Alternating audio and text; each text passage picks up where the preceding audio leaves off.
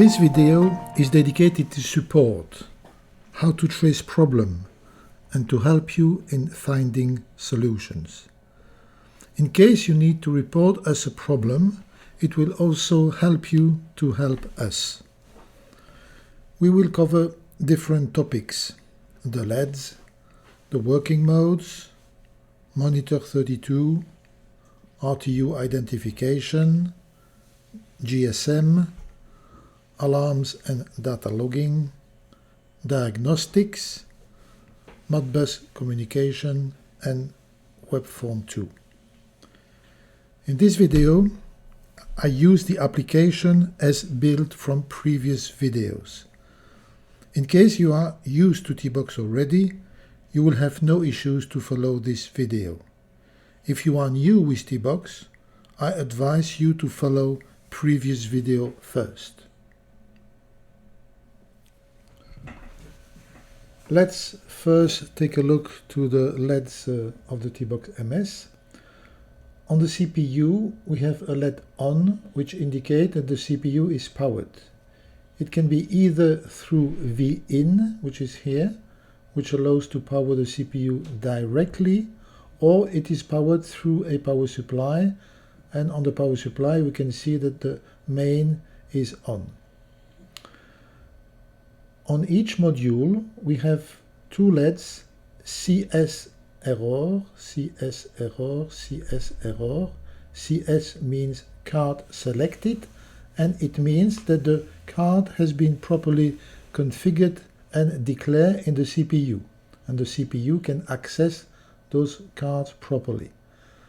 Mind that depending on the age of the card, whether it's an old production or whether it's a new production, the LED can be red or green. But the important thing is that the LED CS burns, whether it's green or whether it's red. We can see that on the power supply the LED, the card is in error, but it doesn't matter. The power supply can still power whether it has not been declared into the CPU. The reason for declaring a power supply in the CPU is that because the power supply has some internal variables like internal temperature status, for instance, that could be interesting to retrieve from the CPU. But it's not mandatory to declare the power supply to power the system. Then we have a very important LED here, which is the status of the CPU, the status of the program. It indicates that the program is running. When it flashes at 2 Hz, it indicates the program is running. We will discuss the different modes later when we discuss about the button. Then we have LEDs for communication. So for instance, the Ethernet port, we have 2 LEDs. We have a LED link, which indicates that the Ethernet is connected to a switch or router or device, and the LED 100, which indicates that the communication is at 100 megabits or 10 megabits if it is off. Then we have for serial port, when available, we can also have LED on the CPU. We have an RS-485 port for which we have LED transmit and receive, and we see here that the RS-485 port is transmitting, and it is in fact transmitting to this port here. So if I cable the ports together, I will see the LED flashing,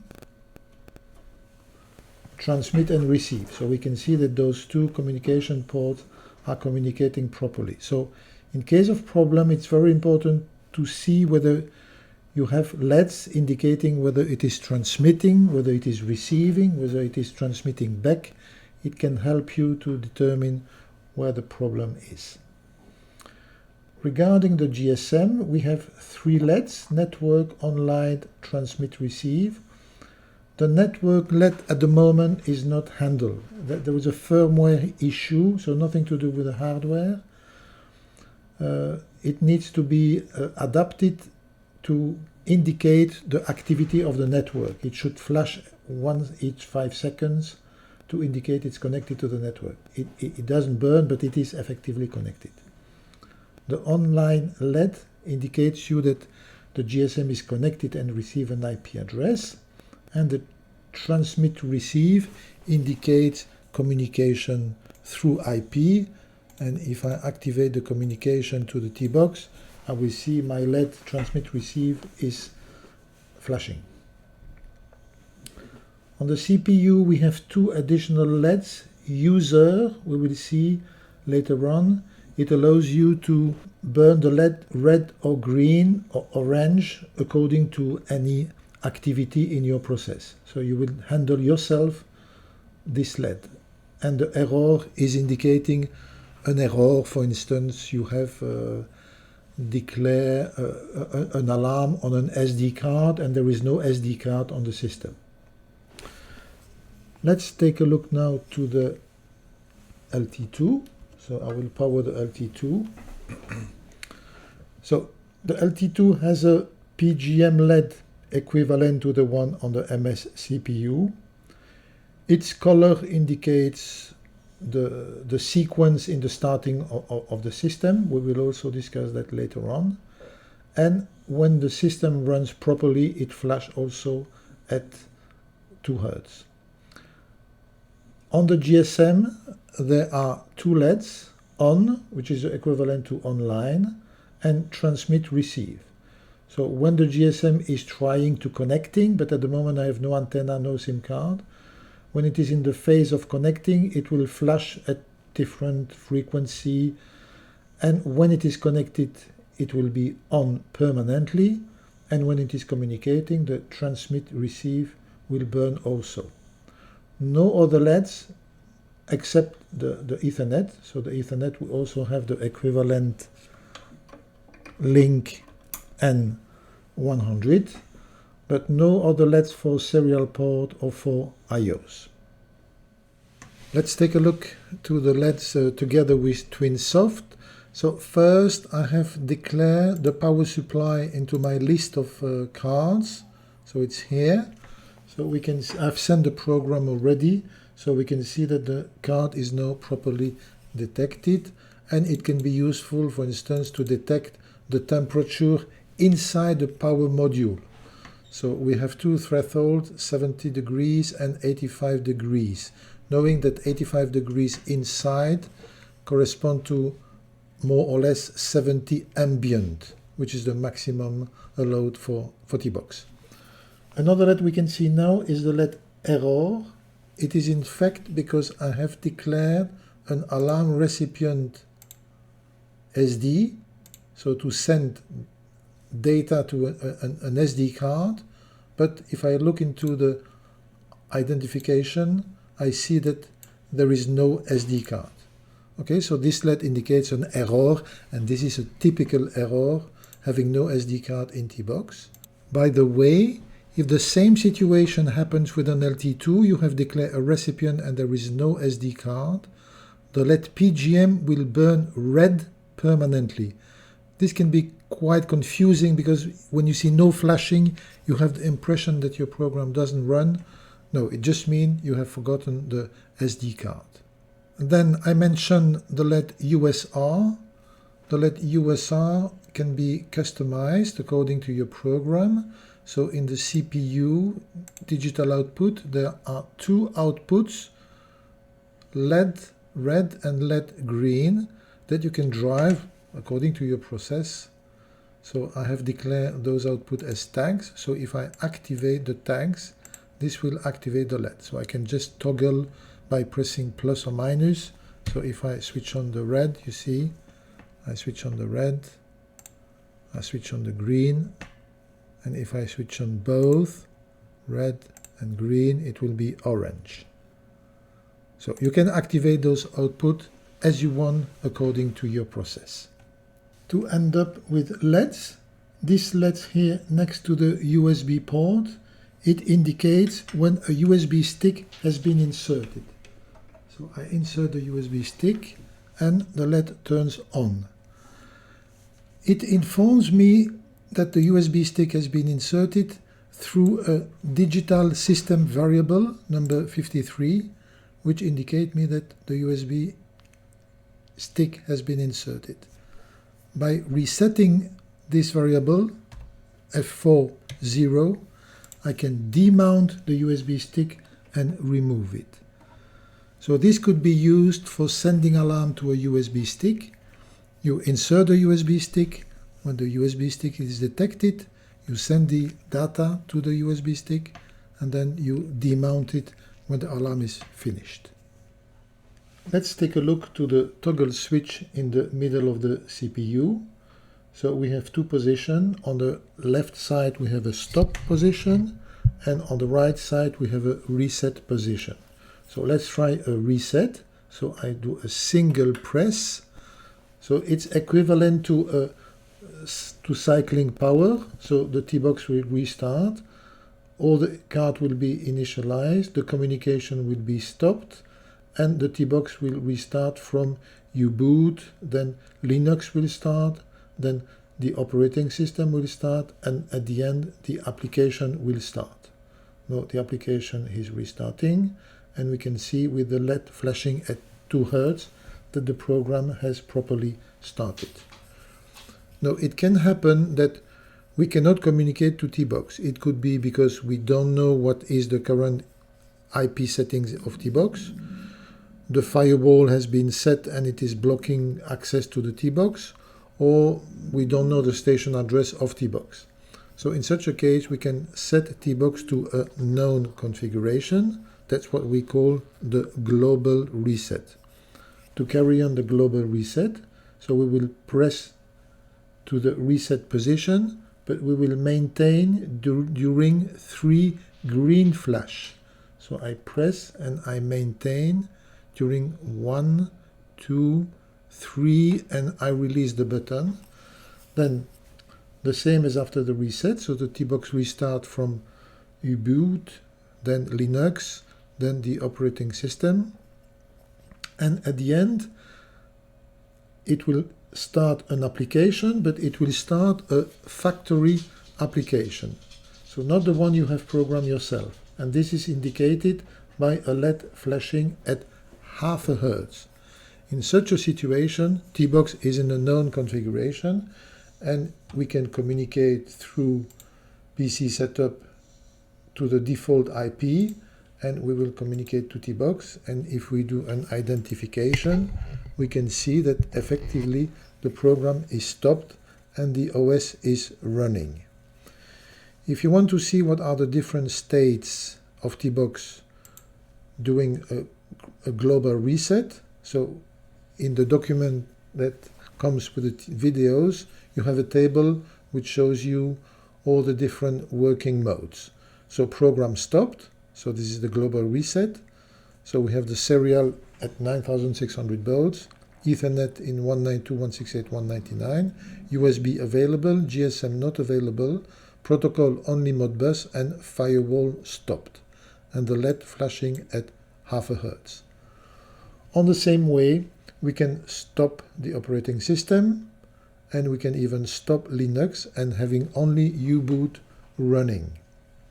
It might happen in very rare occasions that you might have to set TBox in U-boot mode when TBox is completely blocked and inaccessible anymore.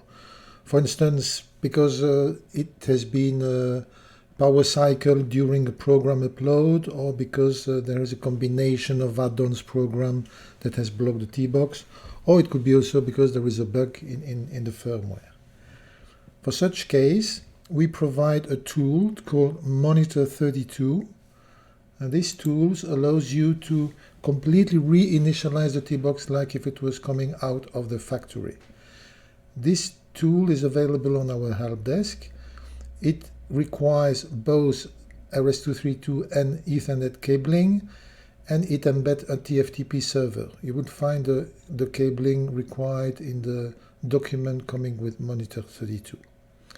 So the software itself, so you have to configure both serial and IP settings, so IP of the CPU and IP of the PC, and the directory where all the files are present. The operation allows you to reset TBox, and we see the different 32 bits families, and for each we see a version of firmware. But very important, first we have to set TBox into U-boot mode, and for this we have to press and maintain during 10 green flash. 4, 5, 6, 7, 8, 9, 10. Okay, my TBox is now in U-boot mode and I can start the operation. So let's do reset CPU32S2 to the highest firmware, 145. Then we see data exchange between the PC and TBox, and we can see that monitor 32 is sending all the files to TBox starting from U-boot. And it will send Linux operating system, all the files required for TBox to run. We can see now the sending is complete. It takes around 10 minutes to reinitialize completely the TBox. We can see on the TBox that the PGM LED flash green at 8 Hz. It means it runs a factory application. Now, if we open TwinSoft, if we go into communication, of course TBox is set with the factory settings as we have seen doing a global reset. So it will have its IP address at 192.168.199. So if I'm communicating with this IP address and I identify, I can see the name of the program is failsafe. It's the factory application and the program is stopped. But then I can resend my own program. TBox is now restarting and we can see that the LED flash at 2 Hz, like a normal program running. By the way, when the PGM LED flash 8 Hz red, it means the TBox is in alarm status. So let's generate an alarm. So sending of an SMS, for instance. So this indicates that the TBox is processing an alarm. Let's take a look now to the RTU identification. Okay, so we have general information about the firmware used in TBox, which is something very important in case of problem, because according to the version, issue that you encounter might have been fixed in a more recent operating system. If I go to the advanced, I can have information about the communication port, for instance, the MAC address used by the Ethernet. You can find them here. We can see which card have been detected, so you can check whether it corresponds to what you have configured into the resources of your program. Installed package, so this concerns all the Linux package installed by TwinSoft. So we can see the version of the operating system, but we also can see the version of Linux, the version of SSL, the version of curl. So all very important modules, especially regarding security. Regarding modems, so we can see what modems we have installed in TBox, which model and which unique identifier. Talking about modem and GSM, let's discuss about tracing problem with GSM. You know, for GSM we have a series of communication variable which can be defined from the GSM configuration itself. If we go to the GSM, we have a tab DCV, ACV, in which we can define those communication variables. When we have problem, I suggest the first thing to do is to look at the trace log. So when we go to communication retrieve from TBox, we have the possibility to retrieve the trace log, and the trace log is a logging at operating system level. It indicates everything it is doing. So leave the level and the class to all and just display the log. So my GSM here is not connecting, so let's take a look to see whether we can find the reason. And I immediately see here that I have a pin code required, and I forgot to put the pin code into my GSM configuration. Okay, so I will go to my GSM, set the pin code,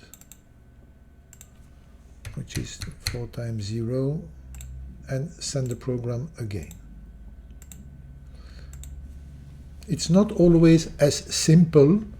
Of course, we don't always see the error so clearly in the log, but at least it can help.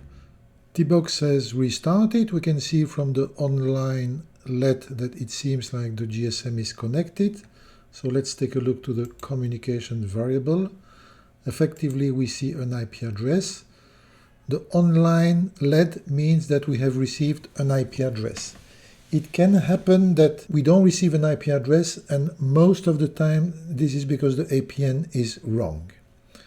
We can see the signal level.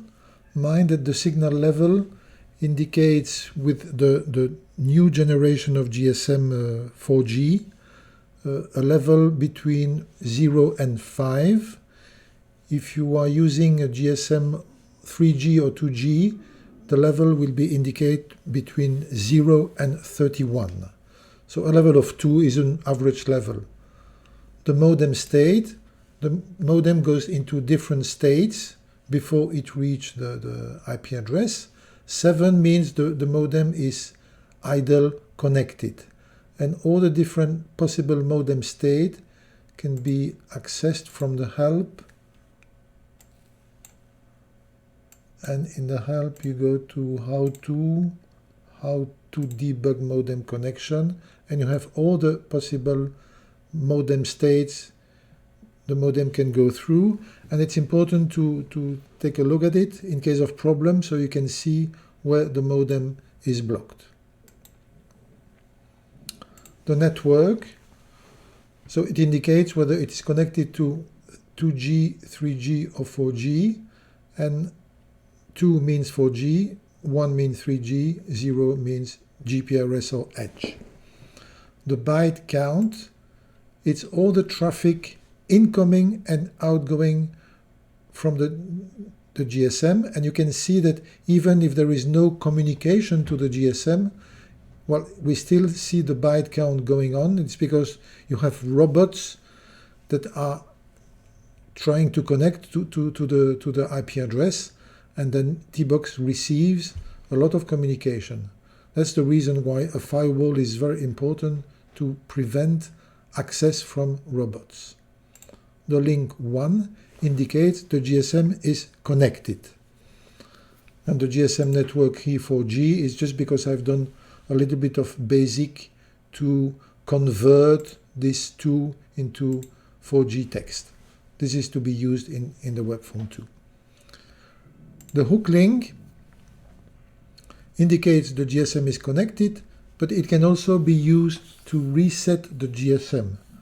So we can consider, in case of problem, of resetting the GSM. So if I write 0 into this variable, in fact, I will reset the GSM. We can see that the GSM is disconnected and it is resuming the initialization sequence. You could consider doing reset of GSM in case of problem. Now we can see that the GSM is connected again. The best way of testing the connectivity of the GSM is using the add-on ping and doing a ping through the GSM to a public IP address. So on this way we can be sure that the GSM has an IP address and is properly connected.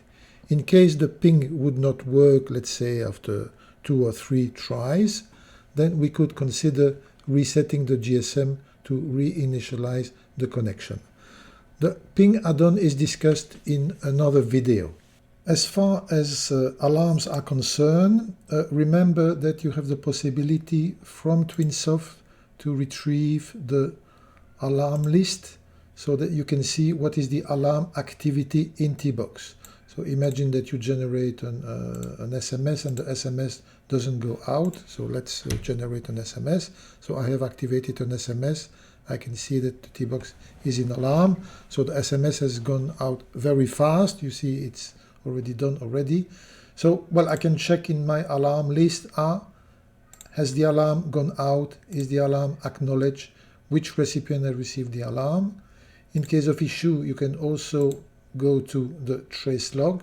So if I go into the trace log, I should see the alarm has been generated.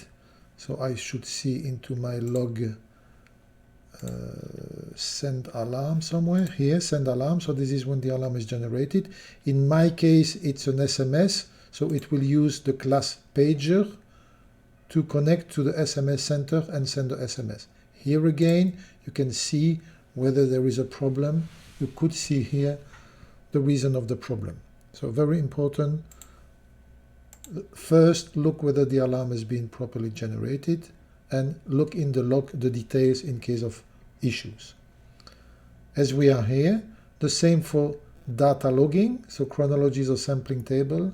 All data logged in TBox can be seen here directly from TBox.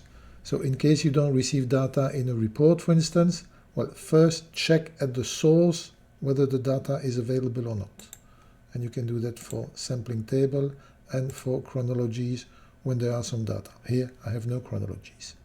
As far as Modbus communication is concerned, when TBox is master, so in the resources I will define a Modbus device. Here I simulate the communication to an electrical meter, and in fact I'm communicating to the TBox here, as you have seen in previous video. So you see here, this is the port which is master, and to this port, to this device, I can associate communication error flag and status also. So this flag will indicate me whether my device is in error, well, which is the case at the moment because nothing is cabled. So if I put my cable back,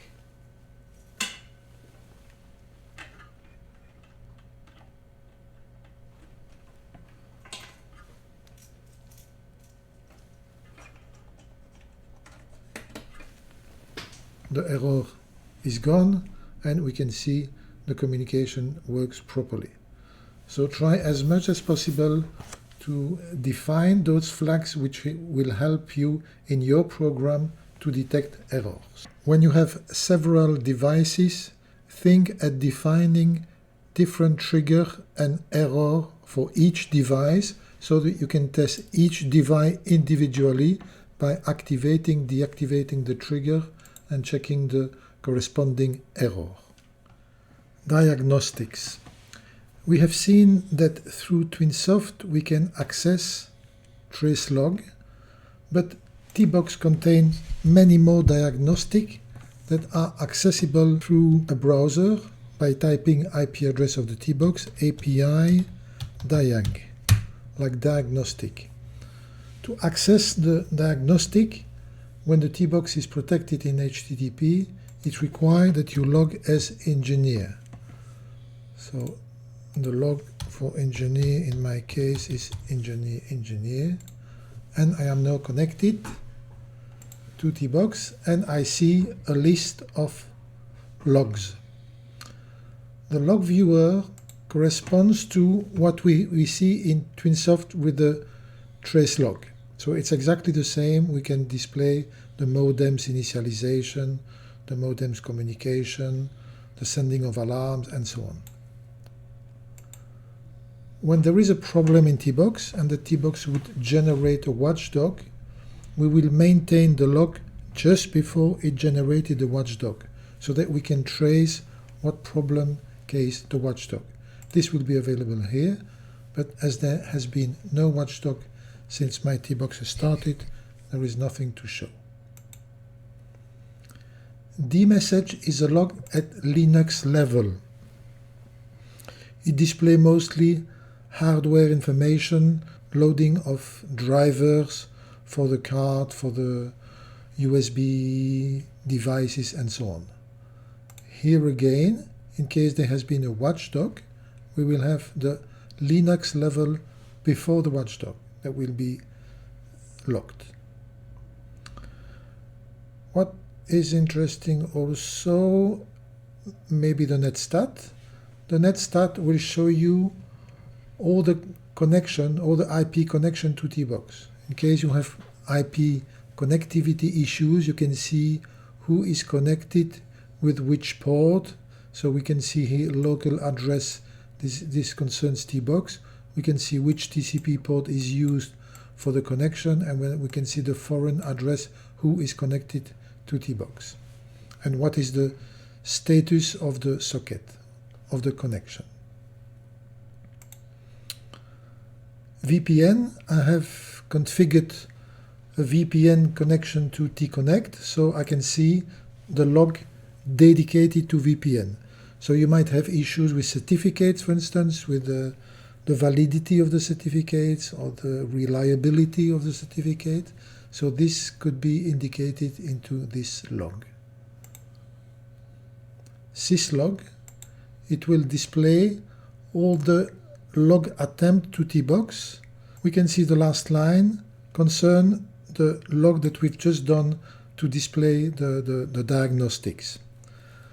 By the way, if we go a little bit up, we can see all those lines here. You see all those lines here. This is in fact a robot. So it's an external device which is trying to access TBox. And you see at which frequency each 7 seconds about it tries to connect to TBox. It tried to enter TBox. But you can see the login is refused because the user does not exist. But you can measure the importance to activate a firewall and to activate protection in TBox to prevent robot entering TBox. As we are in a browser, let's take a look at Webform 2 and a regular problem we encounter with Webform 2, most especially when using script and how we can trace those kind of problems. So imagine that I have a Webform 2 with those two objects, and I wish to dynamize the object according to a value.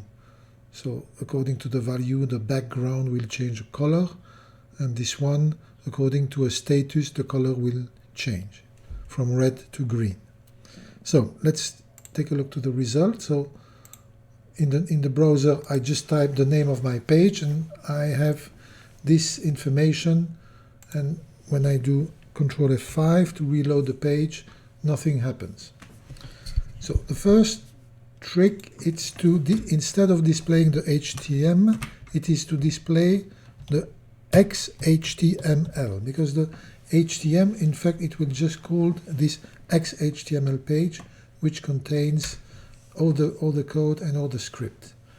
And in the browser, to press F12 to open the debugger, and in the debugger you see you have a console tab, and when I refresh Ctrl F5, well, I see that it stopped to an error, and the error is that there's something missing, and it tells you in which file it is missing. And if you click on the file, it was on the line 22, and it stopped, and the missing is here.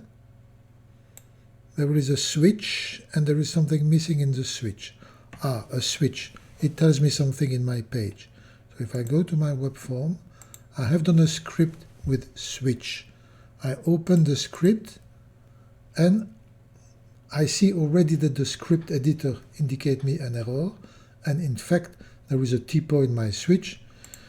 I shouldn't put a switch like that. The value should be between the bracket.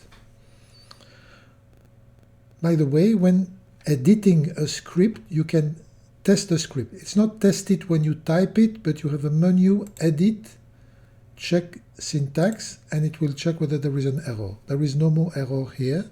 So if I close, save, if I open it again, there is no any more error detected. Check syntax, no more error. Another typical error you could do is, for instance, you want to make a OR. Well, this is the way to do a OR in JavaScript. Okay, you are a little bit absent-minded and you use this syntax to do the OR.